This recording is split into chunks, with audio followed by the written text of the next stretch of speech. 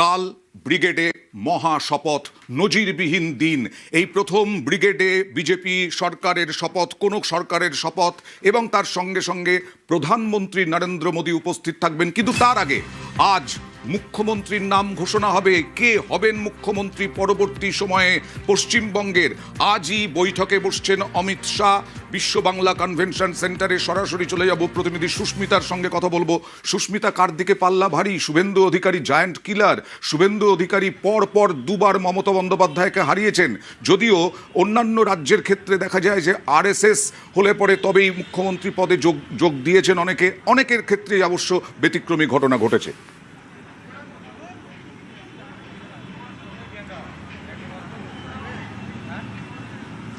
দেখো, গত বেশ কয়েক বছরে অন্তত বিজেপির বিভিন্ন রাজ্যে সেখানে জয়লাভের পর সেখানে মুখ্যমন্ত্রী নির্বাচনের ক্ষেত্রে এই ট্রেন্ড দেখা গিয়েছে।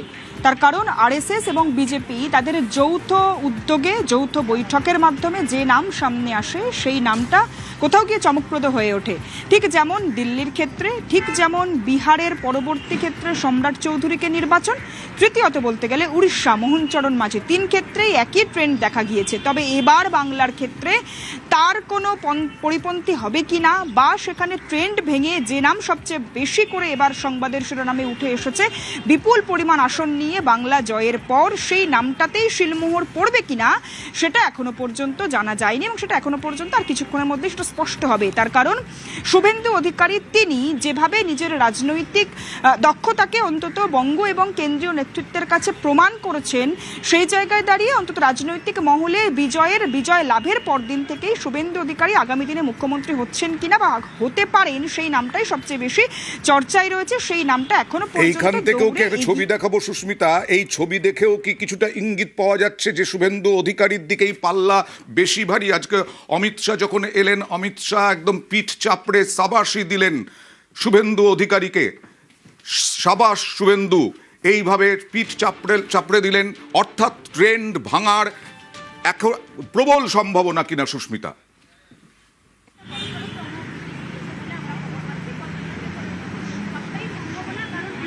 দেখো, নিশ্চিতভাবেই আমাদের অন্তত সাংবাদিকতার ভাষায় যেটা বলে, একটা ছবি 100 শব্দের মতো কথা বলে। সেই ছবিটাই কোথাও গিয়ে হয়তো প্রমাণ করছে যে নাম সবচেয়ে বেশি প্রকাশ্যে আসছে সেই নামেই শিলমোহর পেতে পারে, সেই নামেই শিলমোহর দিতে পারেন অমিত শাহ।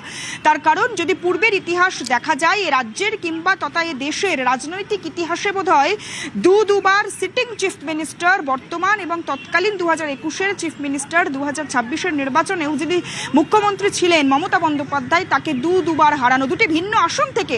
প্রথমবার শুভেন্দুগড় নন্দীগ্রাম থেকে 2021-এ 1956 ভোটে মমতা বন্দ্যোপাধ্যায়কে হারানো।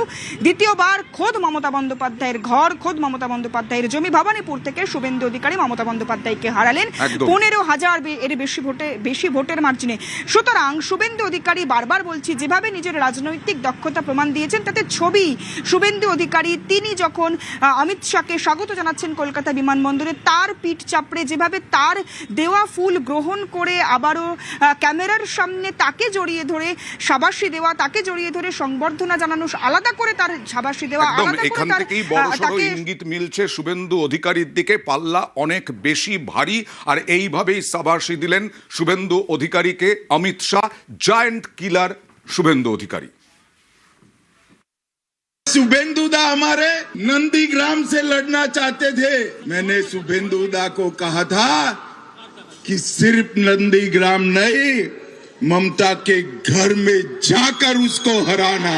और इनका रिकॉर्ड है, गत चुनाव में ममता बंगाल में सरकार तो बना पाई थी, मगर ममता दीदी नंदीग्राम में शुभेंदु दा के सामने चुनाव हार गई थी। इस बार ममता जी पूरे बंगाल में भी हारेगी और भवानीपुर में भी हारेगी।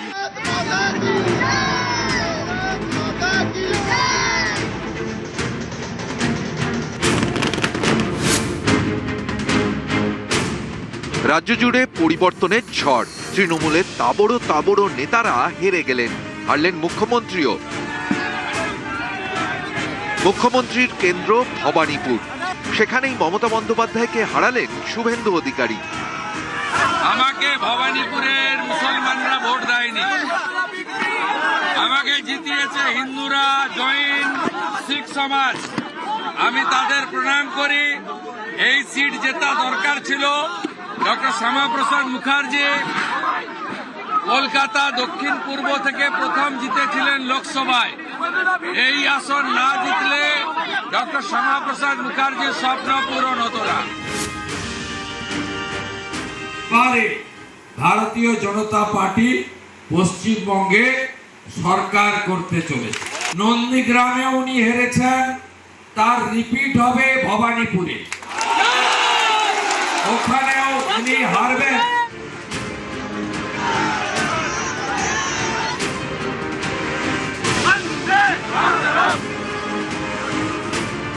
একুশের নন্দীগ্রামের পর 26-এ ভবানীপুর।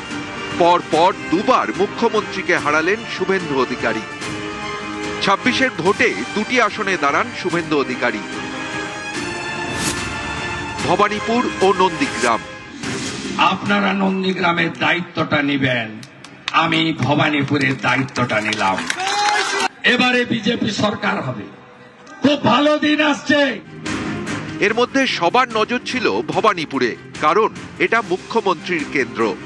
মুখ্যমন্ত্রীর মুখোমুখি বিরোধী দলনেতা। এই লড়াইয়ে মমতাকে হারিয়ে দিলেন শুভেন্দু। তিনবারের মুখ্যমন্ত্রী মমতা বন্দ্যোপাধ্যায় ভবানীপুরে তাকে 15,105 ভোটের মার্জিনে হারালেন শুভেন্দু।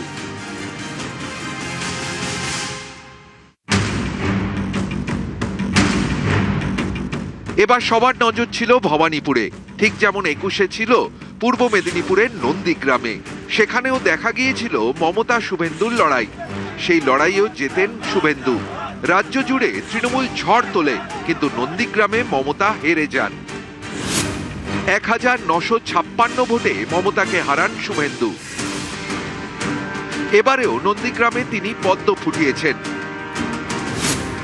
9,665 ভোটে হারিয়েছেন তৃণমূলের পবিত্র করকে। 2016 সাল থেকে পরপর তিনবার নন্দীগ্রামে জয় শুভেন্দু। প্রথমবার হারিয়েছেন নিজের গড়ে, দ্বিতীয়বার হারালেন প্রতিপক্ষের ঘরে। পরপর দুবার মুখ্যমন্ত্রীকে হারালেন শুভেন্দু অধিকারী, বিজেপির জায়েন্ট কিলার। নিউজ 18 বাংলা।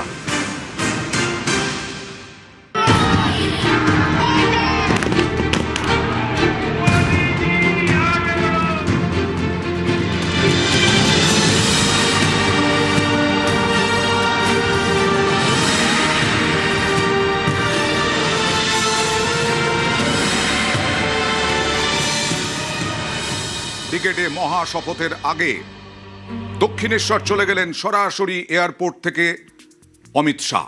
এয়ারপোর্ট থেকে দক্ষিণেশ্বরে সরাসরি গেলেন কেন্দ্রীয় স্বরাষ্ট্রমন্ত্রী। দক্ষিণেশ্বরে পুজো দেন অমিত শাহ। দক্ষিণেশ্বরে শাহের সঙ্গে ছিলেন শ্রমিক ভট্টাচার্য, শুভেন্দু অধিকারী। দেখছেন আরতিও দিলেন দক্ষিণেশ্বরে, পুজো দিলেন।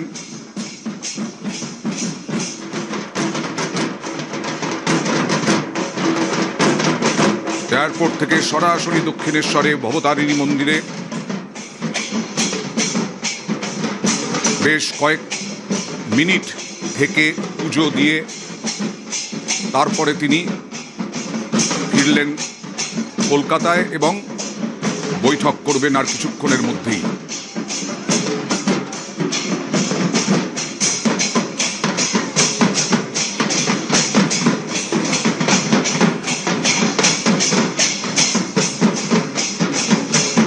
আগামীকাল ব্রিগেডে মহাশপথ। প্রধানমন্ত্রী নরেন্দ্র মোদীর উপস্থিতিতে শপথ অনুষ্ঠান।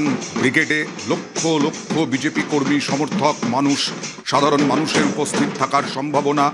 জেলা থেকে, উত্তরবঙ্গ থেকে বহু মানুষ আসবেন। এই প্রথম ব্রিগেডে শপথ গ্রহণ অনুষ্ঠান। বিজেপির নেতারা মনে করছেন ব্রিগেড ছাড়া আর কোথাও অন্য কোথাও জায়গা নেই যে পরিমাণ ভিড় হবে।